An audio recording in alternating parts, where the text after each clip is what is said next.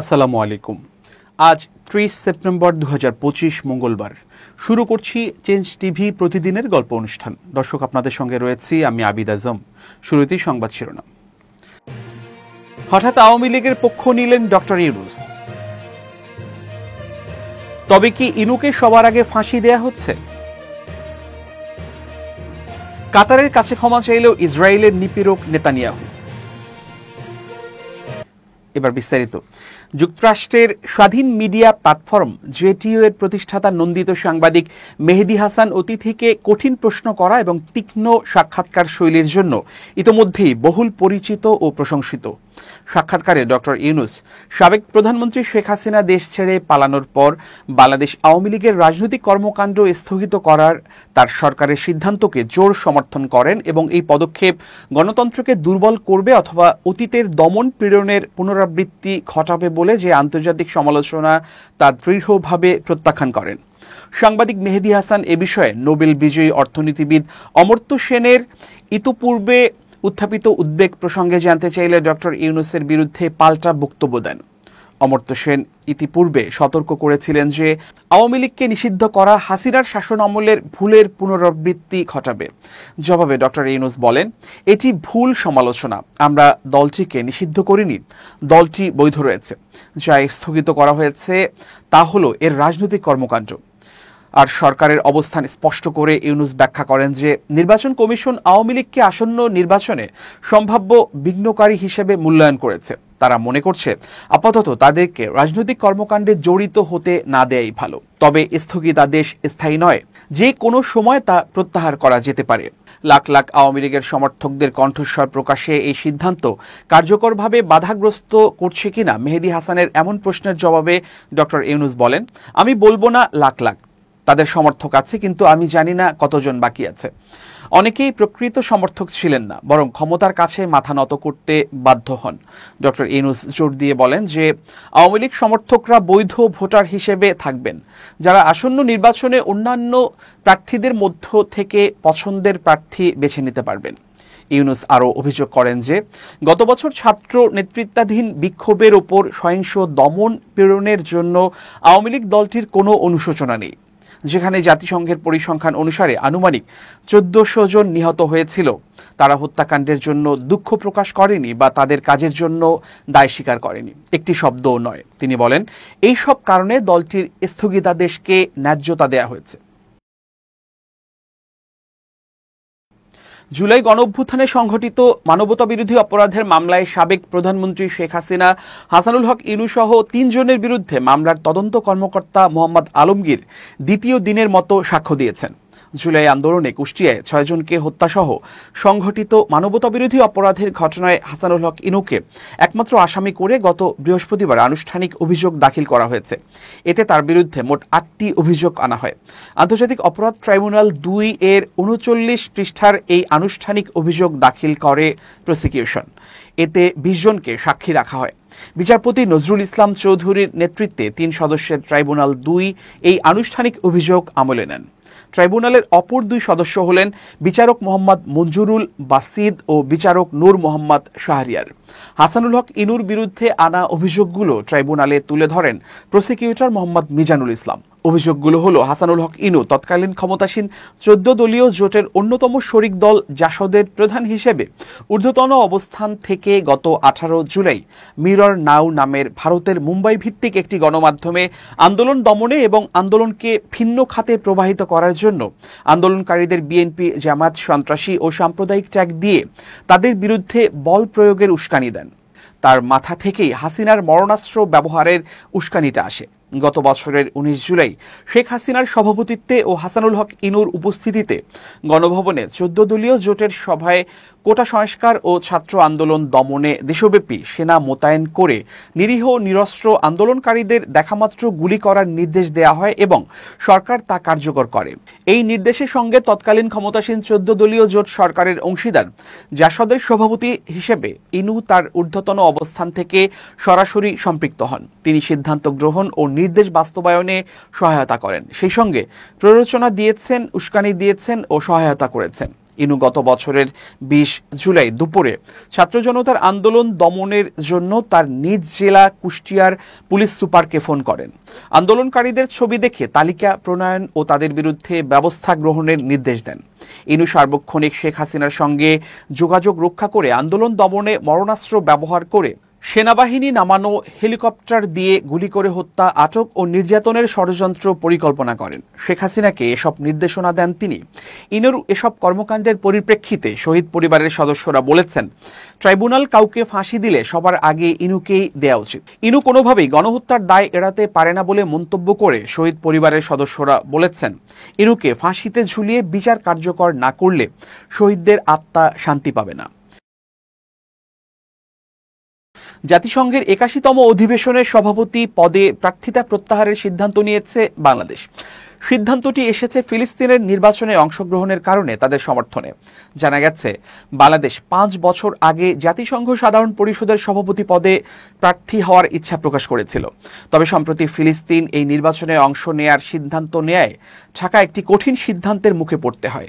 এই বিষয়ে প্রধান উপদেষ্টা ডক্টর মোহাম্মদ ইউনূস বলেন, ফিলিস্তিনের সঙ্গে বাংলাদেশের গভীর ও ঐতিহাসিক বন্ধন রয়েছে। আমরা কয়েক দশক আগে ফিলিস্তিন রাষ্ট্রকে স্বীকৃতি দিয়েছিলাম এবং আন্তর্জাতিক মঞ্চে এর ন্যায্য দাবিগুলোকে ধারাবাহিকভাবে সমর্থন করে এসেছি।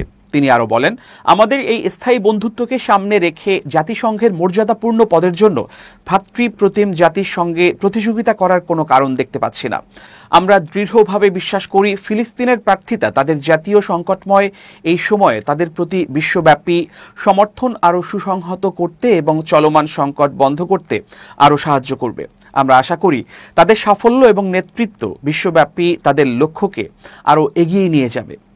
প্রধান উপদেষ্টা আরও বলেন, বাংলাদেশ জাতিসংঘে অবদান রাখার জন্য প্রতিশ্রুতিবদ্ধ এবং অদূর ভবিষ্যতে রাষ্ট্রপতি হওয়ার ইচ্ছা পোষণ করে। জামায়াত ইসলামী ক্ষমতায় গেলে নারীরা নারীদের সামনে নাচতে পারবেন বলে মন্তব্য করেছেন সহযোগী সংগঠন শ্রমিক কল্যাণ ফেডারেশনের কেন্দ্রীয় সহসভাপতি কবির আহমেদ।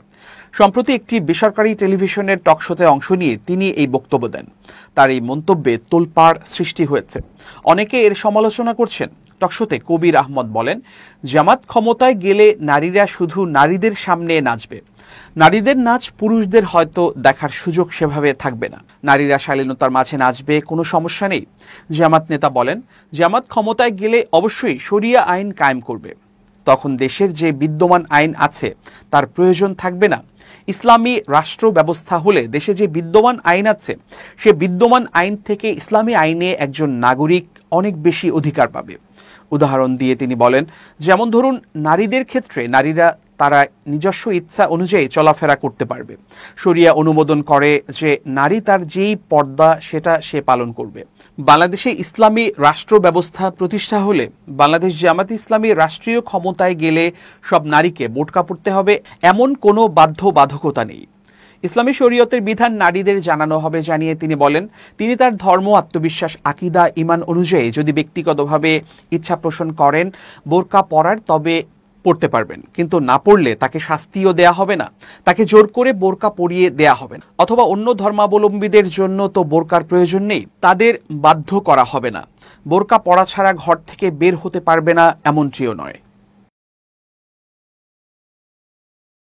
এবার খুব জরুরি 1 মিনিট জানাচ্ছেন ইউনেস্কো ক্লাব পুরস্কার বিজয়ী সাংবাদিক আমিরুল মোমেনিন মানিক। খুব জরুরি 1 মিনিটে প্রত্যেককে আমন্ত্রণ। প্রিয় বন্ধুরা, আমরা যারা সামাজিক যোগাযোগ মাধ্যম ব্যবহার করি, বিশেষ করে হোয়াটসঅ্যাপ যারা ব্যবহার করি অথবা ইমো অথবা ফেসবুক, তাদের নিশ্চয়ই বিভিন্ন ধরনের গ্রুপে যুক্ত করা হয়। ধরুন, অনেক হোয়াটসঅ্যাপ গ্রুপে আমাদেরকে যুক্ত করে দেওয়া হয়, আমরা ইমো গ্রুপে যুক্ত হয়ে যাই, ফেসবুক গ্রুপে যুক্ত হয়ে যাই।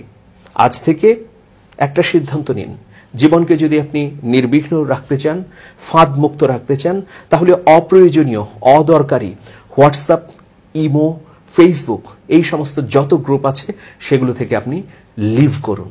তাহলে আপনি যেমন অপ্রয়োজনীয় তথ্যের বিরক্তির মধ্যে পড়বেন না, ঠিক তেমনি নানা ধরনের লিঙ্কে ক্লিক করে ফাঁদের মধ্যে পড়ারও কোনো আশঙ্কা থাকবে না।